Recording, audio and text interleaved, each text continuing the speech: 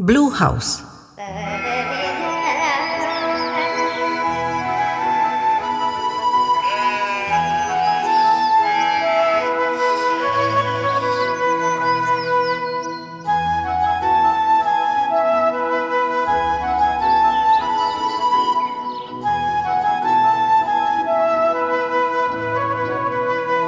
Rani Mata brought me into Blue House as her companion decades ago, so I love her family as my own. Her elder son, Ajit, lives and breathes for the farm. Brought up on farm fresh grain and vegetables, rich buffalo milk and pure ghee, his imposing posture, his farming knowledge and confidence, and his easy command mark him out as a typical eldest son. Abhay, the fearless, is the younger son. No two brothers could be so different. Abhay does farm work if he must, but he's not a farmer at heart. He's something to do with computers. There's 9 years between the brothers, but nothing else. For Abhay adores his handsome, golden, capable elder brother, and Ajit adores his slender, tech-savvy, fun-loving younger brother. Our closest neighbor is miles away, but their daughter, Geet, practically grew up in Blue House. She's 5 years younger than Ajit and 4 older than Abhay, and while she played and frolicked with Abhay, she worshipped Ajit, and he her. It was always so. They were married as soon as she turned 18. And Rani Mata taught this young girl all the skills to manage this formidable household. Yet she was lonely.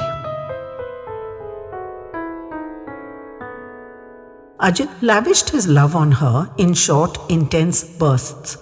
But he'd be out all day, every day, busy on the farm. The weather, the farmer's best friend and worst foe, got more and more unpredictable with each passing year. I'd become reclusive since Rani Mata passed, and Abhay spent most of the time in his room typing away on his computer. I once chastised him. "You cannot live off your brother forever. Go out on the farm and put in some work." He wickedly reported this to Ajit, embarrassing me deeply. But Ajit understood my concern and reassured me. "He's not living off me, Mausi. He gets paid handsomely for his work and contributes to the family kitty honorably." That's the first and last I heard of it, but I was relieved. For money matters make trouble even between the most loving family members. Frankly, I was amazed that he could earn well just by typing on his computer. He tried to explain to me, but I don't understand these things. It was something to do with building walls, I remember. So how you can build walls by typing, I still don't understand. He was forever at his computer, fingers fluttering like butterflies. But at some point every day, he'd swarm into the house, disrupting everything. He played music, he danced, he insisted I play cards with him. Then he'd inform me he'd won thousands or even lakhs. But since I'm his pyari Mausi, he won't take my money. Which is good, because I don't have any lakhs to give him. He'd pull away all the young people working in the house for noisy games of football or volleyball. Sometimes he went out on the farm and worked alongside his brother. But that was a rare day. He's like a sunbeam, bringing light and energy wherever he goes. Geet bossed him around as if she were his mother. He bowed his head to her and pretended submissiveness, but went out and did exactly what he wanted to. No one could control that boy except Ajit, who hardly ever used his power. Abhay taught Geet all kinds of Western dancing, twirling around the room with their arms around each other. He taught her to play the piano, sitting beside her on the long piano seat and guiding her fingers. He insisted she play video games with him, as she protested she didn't know how, yet squealed with excitement. Call me old-fashioned, but I didn't like it. It was fraught with danger and had endless potential for trouble. I started spending more time in the public spaces of the house rather than in my rooms as I'd have preferred.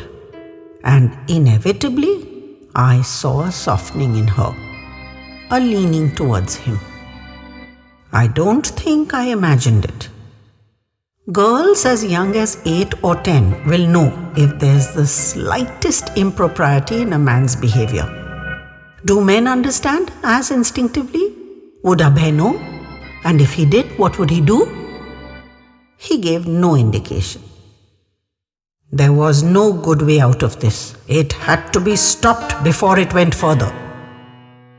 I suggested to Ajit that he spend more time with Geet, saying she needed his company.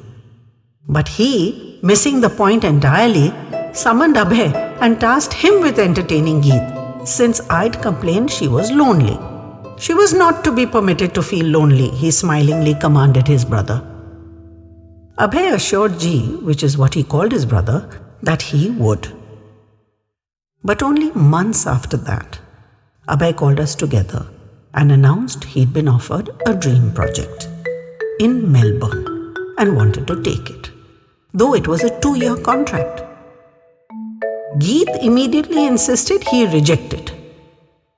Ajit was stunned. Do you actually have to be there the whole time? He asked his brother. Abhay nodded. He had to create and set up their security and train their team.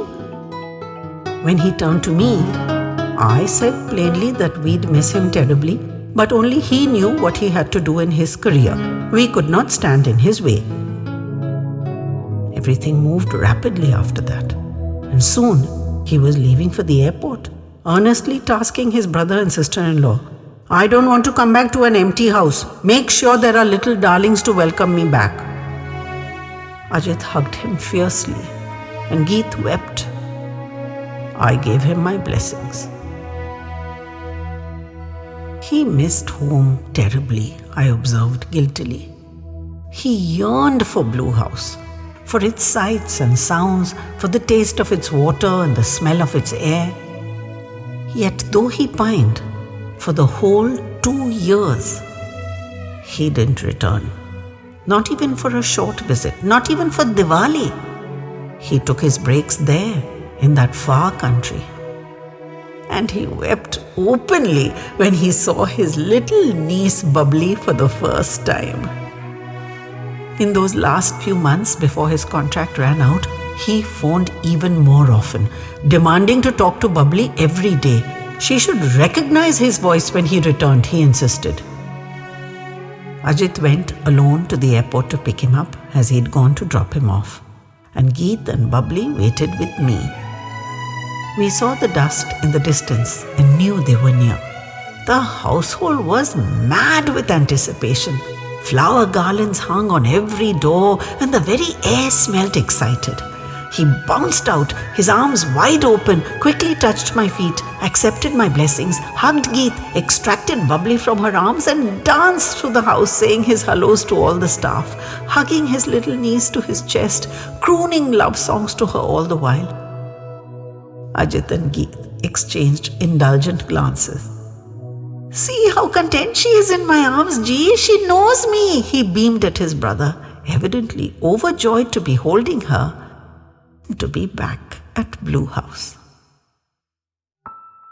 I won't deny I watched them carefully over the next weeks and months. But whatever it was I'd seen earlier, I saw no sign of it again. Geet was older now and busier. She'd learned to depend more on Ajit, and he'd learned to be there for her. And now there was Bubbly too, of course. Abhay just wanted to soak Blue House back in through his pores and play with Bubbly. After being away so long, he spent more time with his brother and showed interest in the land too. Life settled down to a comfortable rhythm again, with Bubbly flooding all our lives with love and happiness. The thing I often ask myself is, Was that 2-year contract just lucky timing? Or did Abhay make it happen? Did he distance himself from Blue House and everything and body he loved to give his beloved G the space to set his house in order?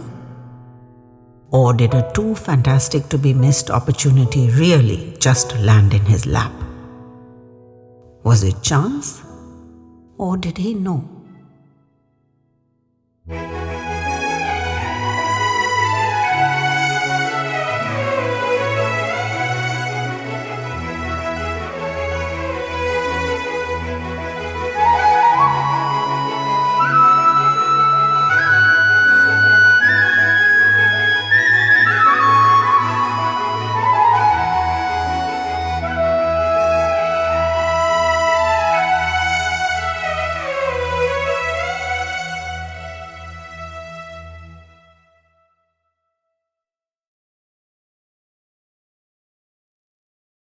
Poetic Justice.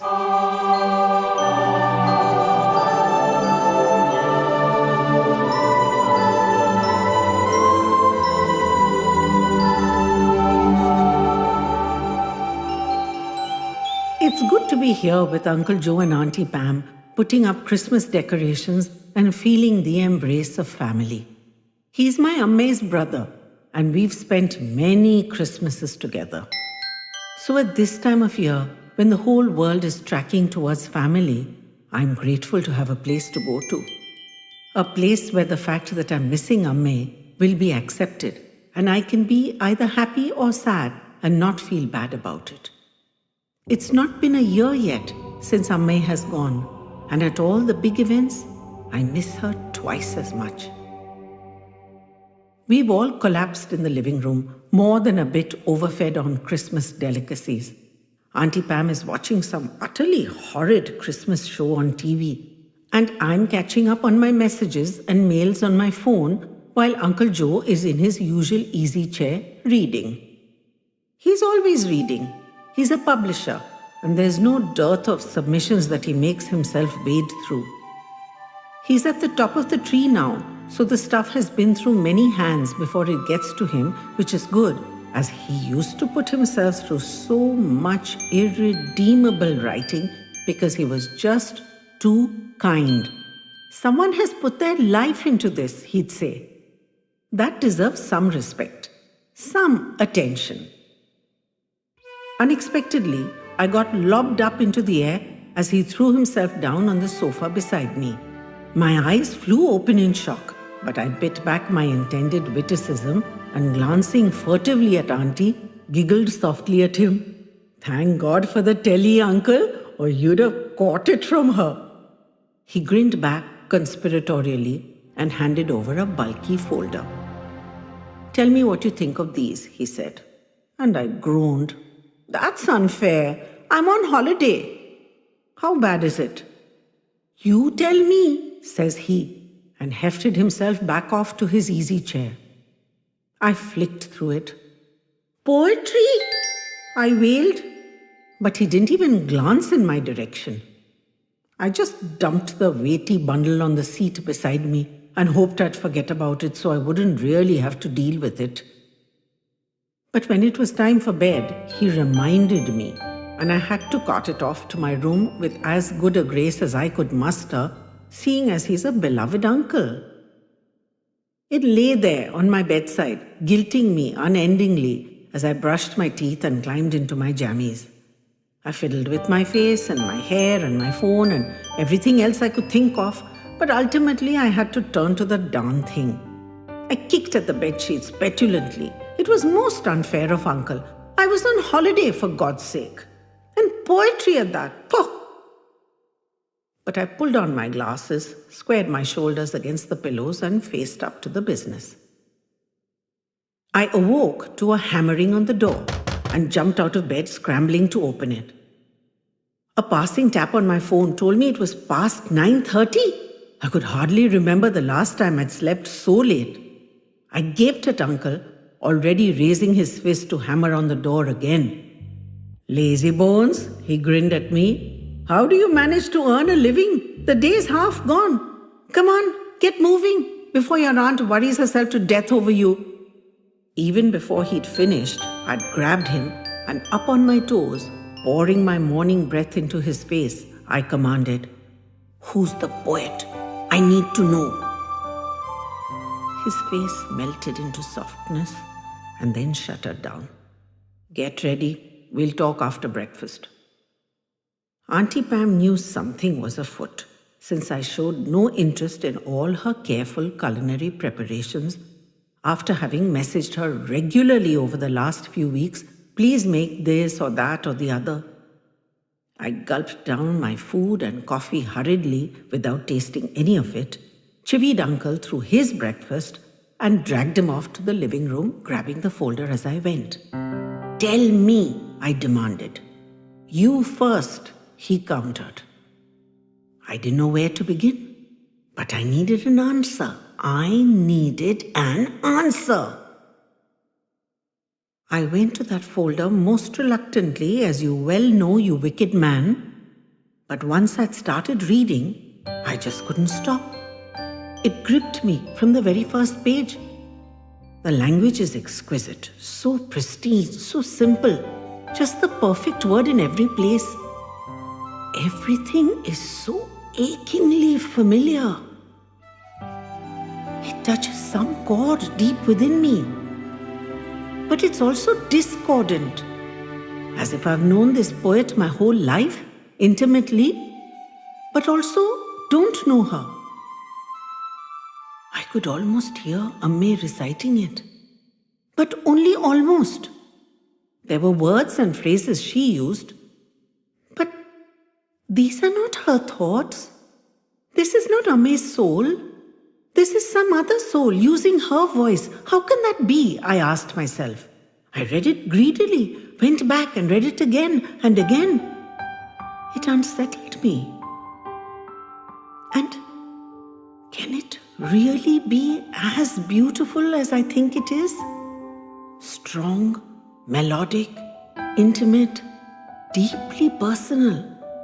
No story, but there's a uniting thread. You can feel the skills develop. You can sense the character progression.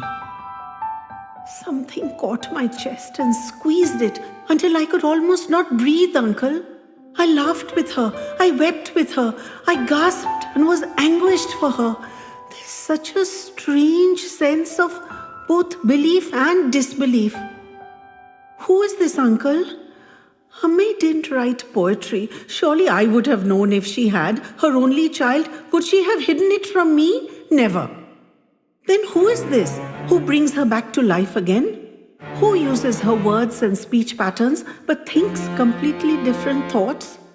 Look, I held out my arms to him, all covered in goose pimples. Even the memory of those lines.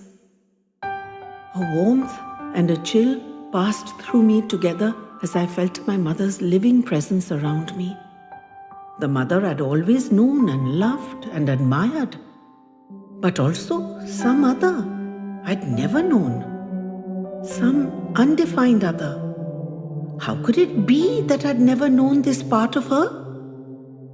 I'd read and reread those pages greedily and hungrily, like a camel at an oasis. My mother didn't speak like this. Or at least she'd never spoken like this in my presence. Never expressed such thoughts. I'd never even seen her read poetry. And she didn't write other than the usual lists and stuff. But how could anybody else be so like her? These were poems by a young girl, a wife, a mother, a mature woman, a widow, a lifetime's worth of emotions captured in rhythmic cadence. There was laughter, tears, fire, ice, rage. My mother didn't rage. She was a calm person. Passion? My mother was not passionate. She was even-tempered. Despair. My mother never despaired. She accepted everything with equanimity. Wit and humor, those were the only bits that I completely accepted as her. Then, could I deny the rest? My uncle held my gaze softly. He reached out and wiped away my tears. That's when I knew I was crying. The spate of water from my eyes drenched my face, his handkerchief, my lap, and still had no end.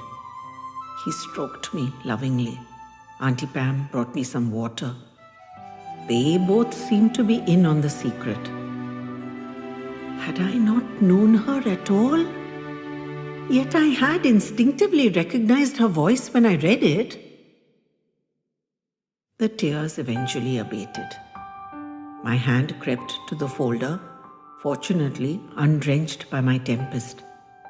My fingers stroked it lovingly. So exquisite, like shining gemstones. How could she have hooded such a dazzling light? Why would she feel the need to hide? And why did she share it with her brother and not with me, her only child? These poems deserved to be heard. That was only just and fair. They needed to be heard, to ring around the world from heart to echoing heart. Uncle lifted my chin and looked into my red eyes with more than his usual sweetness. Do I have your permission to publish?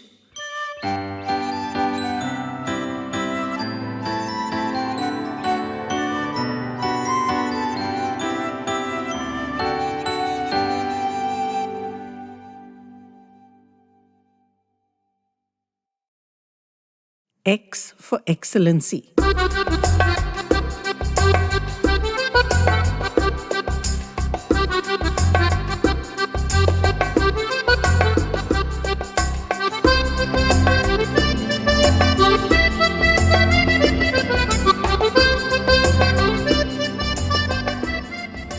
Even my thumb, scrolling through the email summary, was in shock, moving jerkily, unable to comprehend what it was scrolling over. A steady parade of aunts, uncles, cousins, nephews, nieces. Why? They'd been right here, many of them, and could have just said what they wanted to. I opened one out of curiosity, and my fingers froze over the screen. I hadn't seen that coming. Had you? I moved in with X a little over 3 years ago. The family grapevine had sizzled with the news that he wanted a companion, someone to live with him, whom he could chat with in the evenings, since getting out and about was increasingly difficult, and he was lonely. He wouldn't actually pay for the service as a matter of principle, but all reasonable expenses would be covered, and perhaps even unreasonable ones. After 2 weeks of chatter and no takers, I decided to apply for the position. X was my great-uncle on my father's side, and I'd always admired him. He was a man of infinite variety, a charming companion at family get-togethers, a font of fabulous stories.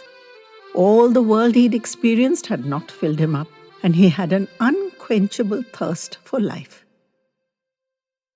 There was an interview. It appeared to be an invitation to dinner, and I didn't recognize it as an interview, but that's what it was.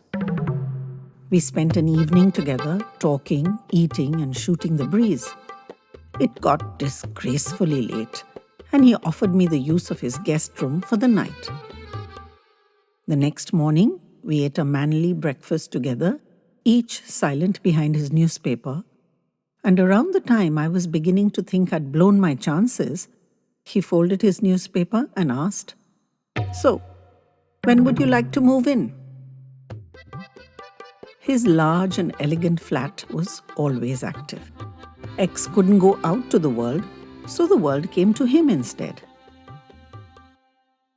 I came to the game with the arrogance of youth, assuming I was the giver. But my horizons doubled faster than Moore's law. My interests widened to encompass everything, and I began to appreciate the timeless values of kindness, wisdom, and grace. I continued to work my day job, and X was soon a rock star with my colleagues who treated him like royalty.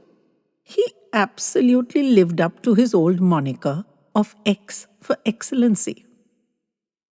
His evening soirees had a booming masculine boisterousness, even though women were always present.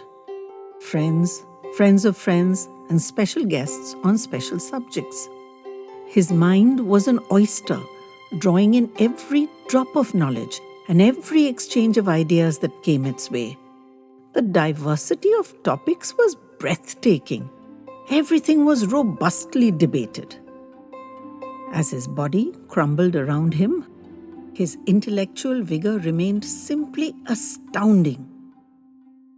These fabulous evenings were only occasional, but after each of them, he'd be supercharged for days, energized. His eyes would shine and his voice ring with excitement. His breathing would be deep and even, his heartbeat steady, and his cheeks flushed with enthusiasm. Then the battery would slowly drain out, and we'd begin planning the next one. It was a stunning way to live. My admiration and respect for him grew into something far warmer and more personal. So when he went to bed, as usual one night, and just didn't wake up the next morning, I can frankly admit that I was devastated. I informed my parents and X's sister, now the senior-most member of the family. Relatives I'd never seen turned up, friends and acquaintances. I flitted vacantly through the rooms that were so crammed with people, yet spectacularly empty of meaning.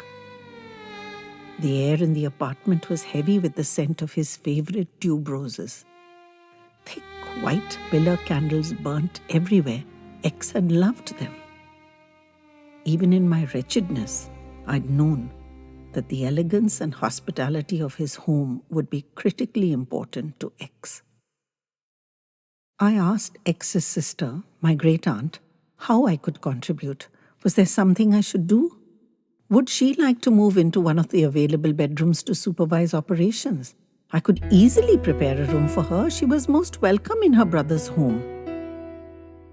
She looked long and hard at me. Then she reached out and put her hand on my head. "Bless you," she said. "You were kind to him." She had no idea. It was an incredibly difficult day. Everyone was kind to me. A little too much, in fact. They almost tripped over themselves to offer help. It was discordant, but I didn't have the energy to figure it out. My mother suggested I come home for the night, and that shocked me. I couldn't just walk out because X was gone. There were responsibilities, including the staff, who'd been red-eyed but efficient and dignified all day.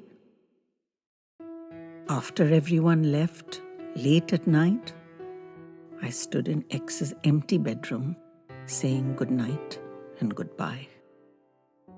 And I turned in for the night in the suffocating silence of the apartment.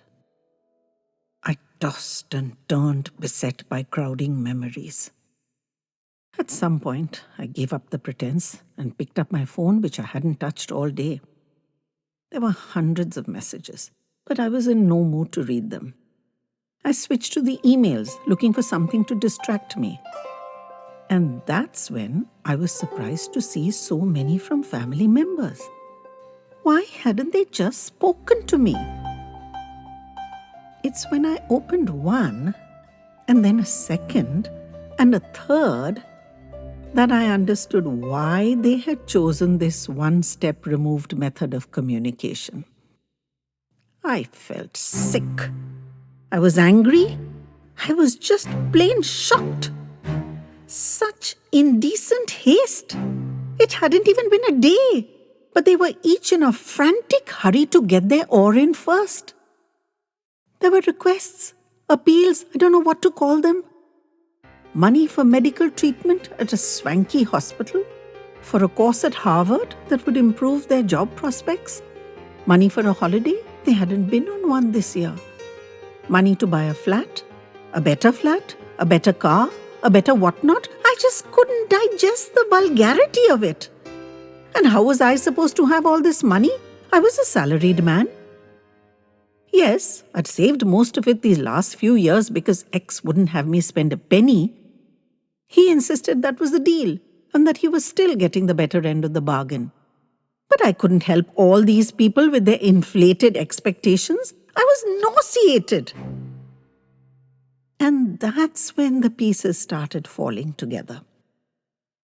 When it had first got out that I had accepted X's offer, I'd been mercilessly taunted about doing it for the money. Why else would anyone pander to an old man? And jokingly, I'd countered that naturally it was a proviso of the deal that X leave everything to me.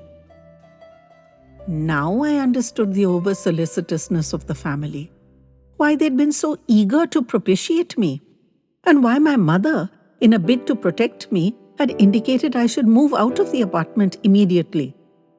And my great-aunt's long pause before giving her blessings. She had evaluated and made a judgment. Apparently, I'd not been found wanting. I remembered a day I'd been called at work by the agitated house staff. They were worried about X. He and his lawyer were in a heated argument, or at least X was overheated. I asked to speak to X right away and was told in no uncertain terms, "You stay out of this. It's got nothing to do with you." But as he summarily disconnected, I heard the lawyer saying, "It's got everything." I excused myself from work immediately, and they were still at it when I got there. X had wanted to change his will, and thank God I got home in time to threaten him right back. I wasn't having any of it. I didn't care what the lawyer's point was. Mine was that it would ruin our friendship. That had carried the day. I felt disgusted to the core of my being. It soured my memories of X to think they were viewed with such a jaundiced eye. I tossed my phone aside in anger, just as it pinged. I didn't want to even touch it. But a morbid curiosity made me grab it and glare fiercely at it. A text from my great-aunt. Unusual. So I opened it. "I don't believe what they are saying. Your eyes were full of sadness. You have my blessings and my protection. You were good to my brother." I studied that text a long time, full of errors and mistyping from her arthritic old fingers. But its message could not have been more cherished. I sent her a long row of folded hands in grateful acknowledgement. Then I rolled over, pulled the bedsheet over my eyes, and dropped into an easy sleep.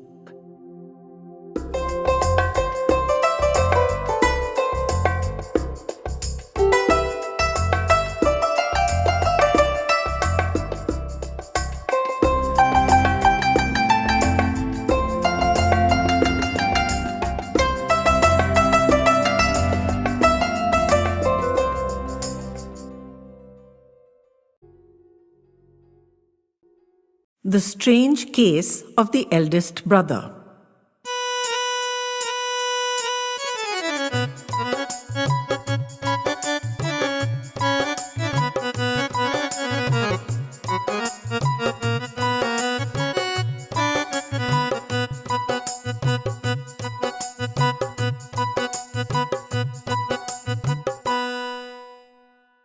Government service often means many seemingly unrewarded years of toil.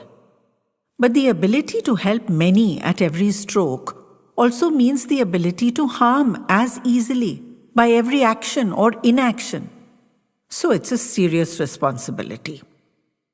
Each day has the carryover concerns from the near or distant past, but also fresh new issues to be examined and answered judiciously.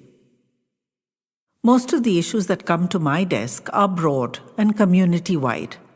Only rarely can I be of assistance to a single individual in a unique and personal way. But whenever that's the case, it's always special.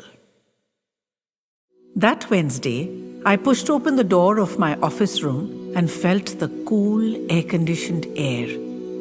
After the heat and humidity on my morning round, it was delicious. I sat down and spent a moment collecting the disparate strands of my thoughts.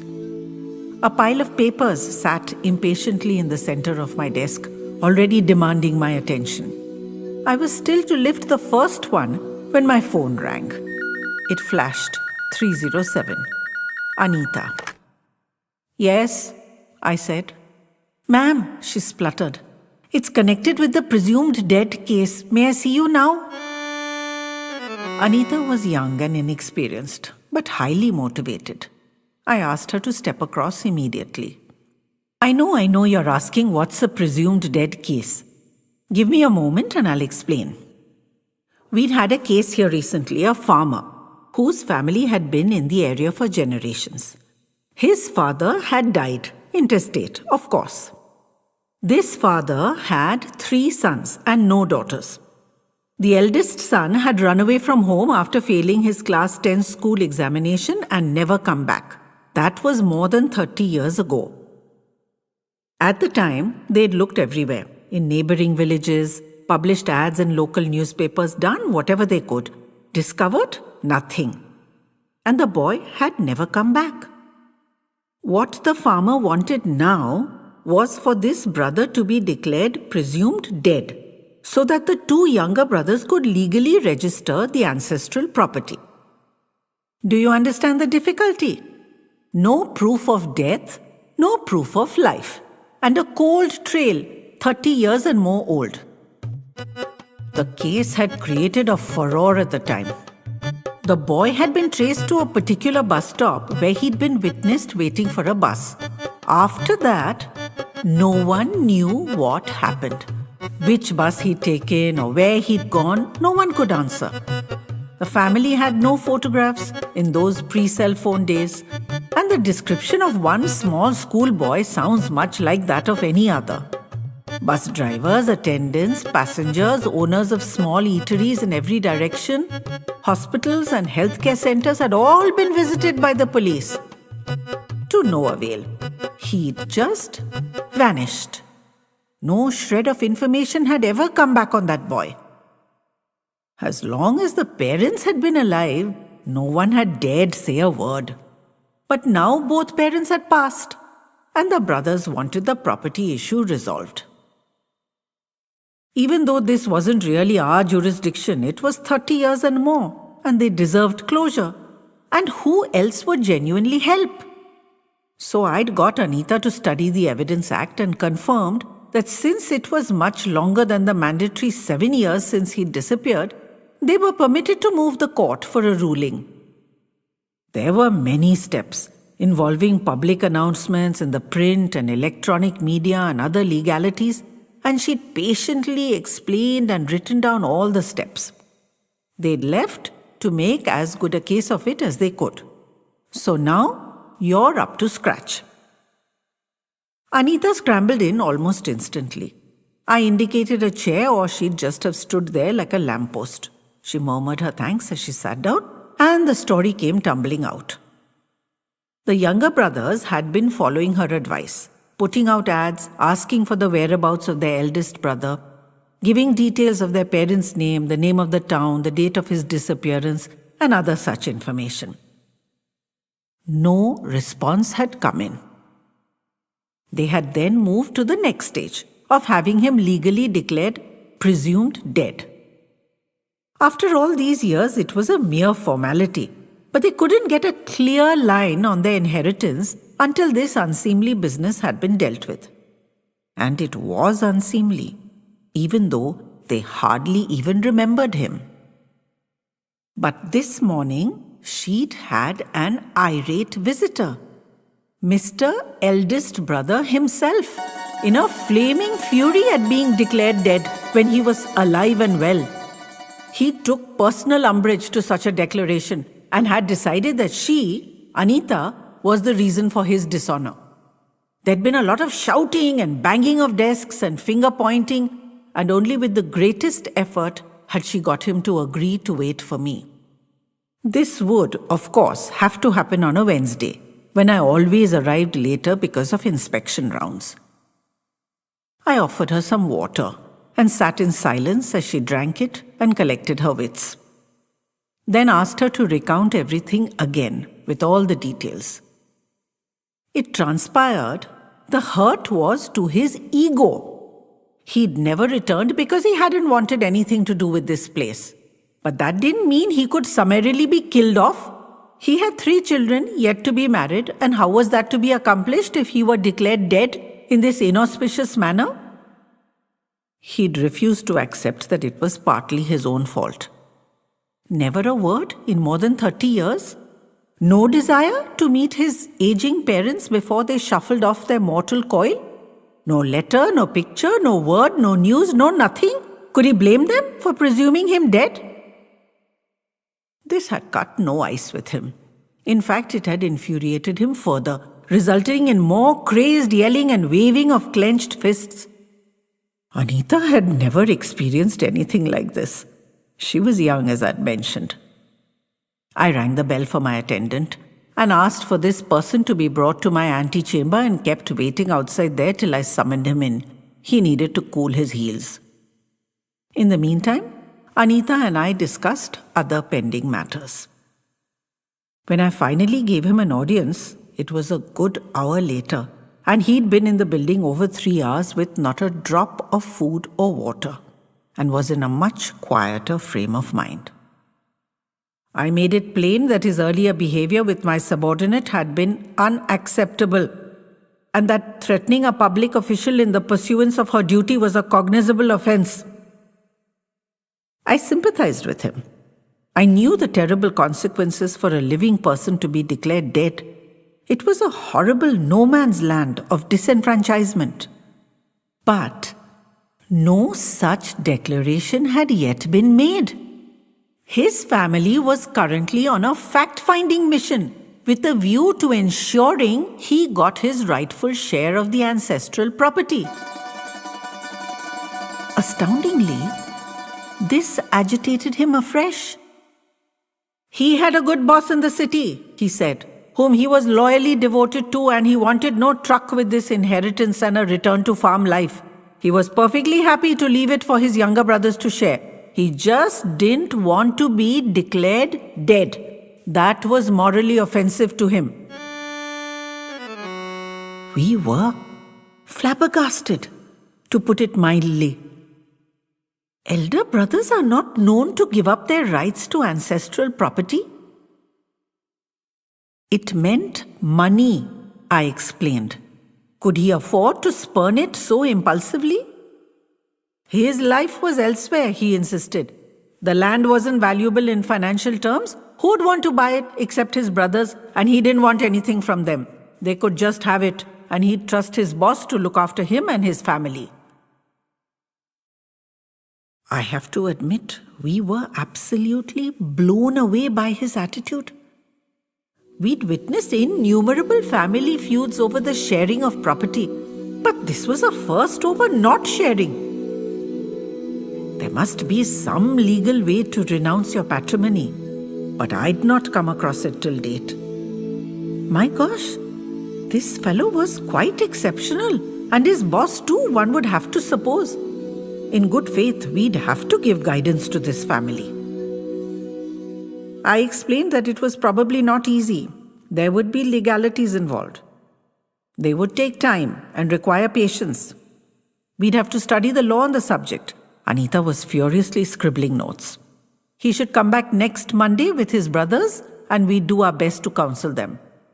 He started blustering that it was a lot of nuisance, but I fixed him with a steely eye, and he obediently agreed to return as directed. The story has a happy ending, in the sense that everybody got what they wanted, though it took a good long time for this eldest brother to simply give away his rights to his younger brothers, out of love and natural affection, as the time-honored phrase goes. In addition, we learned a lot about the law governing this side of things, which was fascinating and instructive. And there was also the not inconsiderable pleasure of training a junior in the highest principles of public service. So, all in all, a happy ending, as I said.